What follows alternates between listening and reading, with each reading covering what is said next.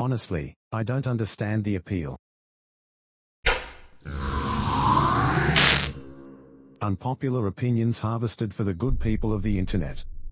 Bragging about not having kids is just as annoying as bragging about having kids. Neither are a personality. Neither require Facebook groups to foster a group identity. Unless it's actually my own parents or myself, I don't care. I feel like with parenting groups, it's people who feel the need to live through their children and justify their existence through them, and they're not creative enough to do more than one thing at a time.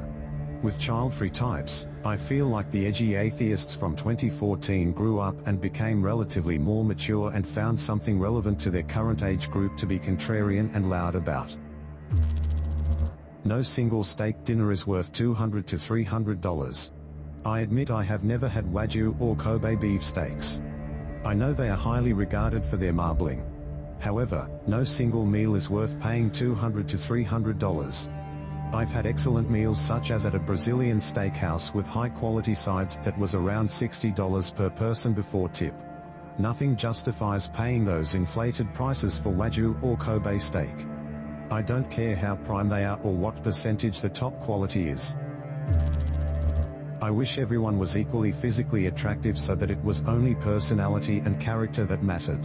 I feel horrible meeting so many girls who are beautiful on the inside and not the outside. I really wish I could be more attracted to them and show them the love they deserve. I just wish I could be attracted to them like I am to other folks who really don't deserve it. I don't know, it just feels shallow how we experience attraction. Somebody replied, "It's crazy to see how much of an advantage people who are physically attractive get, not just in daily life, but also at work. If you are below a certain threshold in looks, you might as well be invisible to society." Customer service hasn't gone to hell. The customers have just got so much worse. I've seen this narrative blowing up recently online and it's starting to get on my nerves. People are getting mad with teenagers working at fast food restaurants and sales assistants that can't control how the company they work at works over something so petty that they caused. I work in a bakery. 90% of all the customers I've ever served were either entitled, rude, demeaning, or perverted. Just today I had a lady ask me for a cinnamon bun. I said of course, got her the cinnamon bun, and she immediately became panicked and said no, I want that one, and pointed to the one right at the front. This rack was full of cinnamon buns with icing and the wires only pull out so far. To get this cinnamon bun would mean I contaminate the whole rack of cinnamon buns with bacteria on my arm and ruin the icing on all of those cinnamon buns just for her to get her desired one. I said unfortunately I can't do that, but is there another one I can try to grab? And she became infuriated.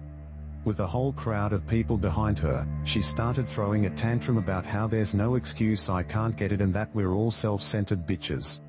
Eventually she was dealt with. The other day a lady wanted a cinnamon bun with fresh icing. I got it for her and she was on her way. Minutes later she calls into the store to complain about her cinnamon bun, saying she asked for one with fresh icing and how hers was probably sitting in the counter all day getting moldy. When I first heard fresh icing I thought nothing of it because people in the area always refer to our stuff as being fresh, because that's what we're known for.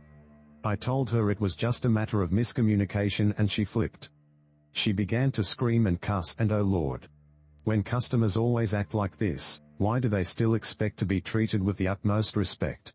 Somebody replied, I've worked in customer service and retail for over 20 years. Customers are much, much worse now. There are people who have made every interaction a zero-sum game. If they don't win something, they consider it a loss, instead of just having a normal human interaction. It can't just be I want what you're selling and I will give you money for it to them. They need to feel like they came out of the interaction on top. If you can't joke about horrible things, you're not fun to be around. People who cannot detect irony are unbearable when they're in the room. You shouldn't have to lace every single thing you say when trying to get a laugh with disclaimers. Just because there is that one miserable person with a stick up their bum who tries to take the moment to get on a soapbox about something you were being ironic about in the first place. The mindset of nothing really matters, because of how large the universe is so foolish. I did something embarrassing, but thinking about how big the universe is, it doesn't really matter. No, I'm sorry, it does. Our life doesn't revolve around the universe. It revolves around Earth, and more specifically it revolves around you and the stuff you are in contact with. Everything and anything you do will 100% at some level matter. Don't try to cope your negative experiences with the mindset of, well, in the grand scheme of things it doesn't even matter. We're just a small dot in space. Not even as a joke. That mindset also justifies other things such as crime or violence, etc., that you should not be okay with. Yes, we are just dots in space, but we have our own lives. Lives that affect other people, and more importantly lives that affect ourselves. I like when the toilet seat is still warm from the last person. You know exactly what I mean. I've always heard all my life EWW the seat is still warm, or I hate when the toilet seat is warm, but I've never agreed with it. In my lonesome, I've come to like when the seat is warm. I hate to put this out in public, but it's true. It's so nice. No more worrying if the seat is frozen cause the AC is blasting, or if the seat is made out of some ceramic that freezes your bum. It's comfort. It's like a Bluetooth high five between you and the last user. It's like buying a car because your friend has the same model. It's a mutual bond which warms my heart. I type this sitting on a pre-warm toilet seat. I like when the toilet seat is still warm. Eating alone in a restaurant is one of the most enjoyable things you can do. 90% of the time, I would rather eat in a restaurant alone than with other people. It's peaceful, liberating, and something feels weirdly luxurious about it. People wince when I tell them this and sometimes say AWW as if it's some kind of tragedy that I'm eating alone. It's so unfathomable to them that I could do this by choice because I enjoy it, and because I'm not constrained by this weird social pressure everyone else feels not to do things on your own in public. Try it, especially if you struggle to find peace and quiet or alone time in your day-to-day life. It's wonderful. Open floor plan homes suck. I feel like I'm the only person under the age of 50 who doesn't want to be able to see their kitchen from their couch. Maybe it's an ADHD thing, but I think open floor plans look awful and make every nice new build house look like an apartment. Whatever happened to rooms and hallways? Homes with separate kitchen and living areas just feel so much more cozy, and take off the pressure to have both the living room and kitchen spotless and decluttered 24/7. If you remove sugar from most foods, and you will realize you don't like a lot of things, you just like sugar. I am counting calories and realize that not only is sugar very high in calories, but it is also in absolutely everything, making me realize I don't like most foods unless sugar is in it. My coffee is disgusting without it. Everything is, unless it's supposed to be savory, of course.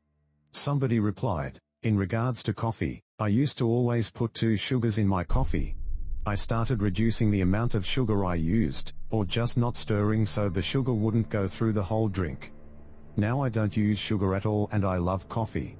What I will say though is that sugar is a good way of hiding bad coffee, so now I have a more expensive taste in coffee, probably because I am actually tasting it.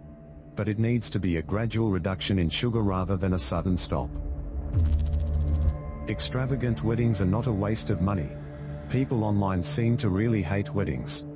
People here literally flex about how cheap their wedding ring was, or how they had their wedding with 3 people in a backyard. That's fine if that's what you want, but people shouldn't be shamed for wanting nicer or more expensive things. It's nobody's business how they choose to spend their money. Some people want a real diamond. Others want a $7,000 wedding dress. Some people want to save for their retirement or travel. I personally look forward to a big wedding so that I can see all my family from abroad.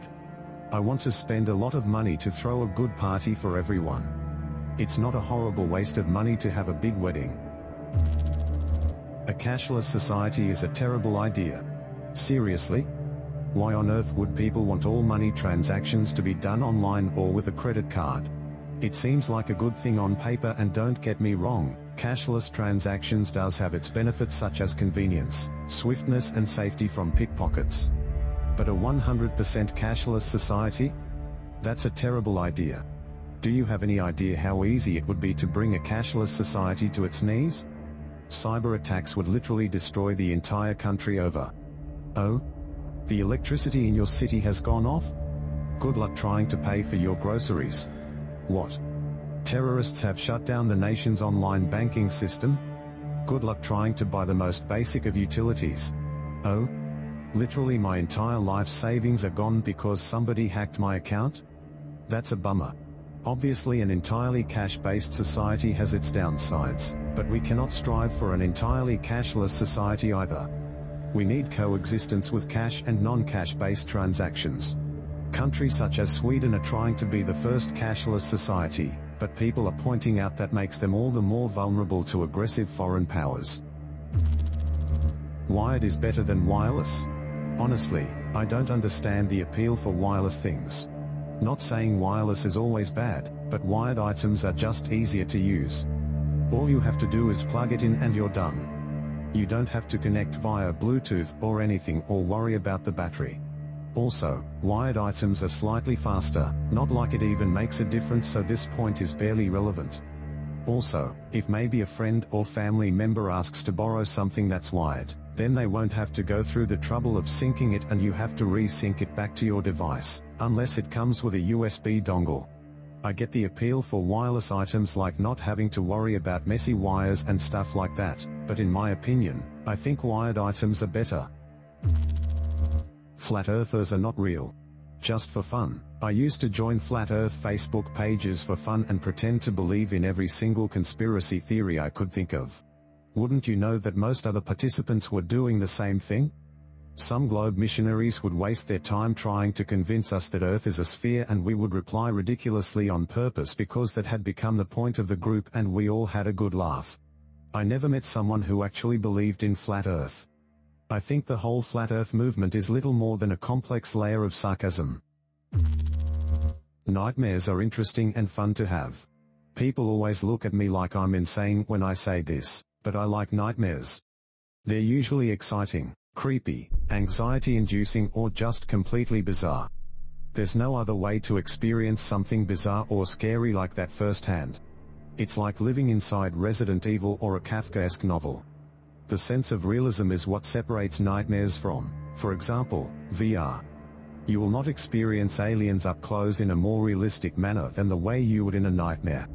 The best part is, it's only a simulation that feels very real, and nothing bad ever actually happens. With the exception of nightmares of people or pets close to you suffering, I like nightmares. I like seeing what kind of obscure, terrifying things my brain has cooked up once again.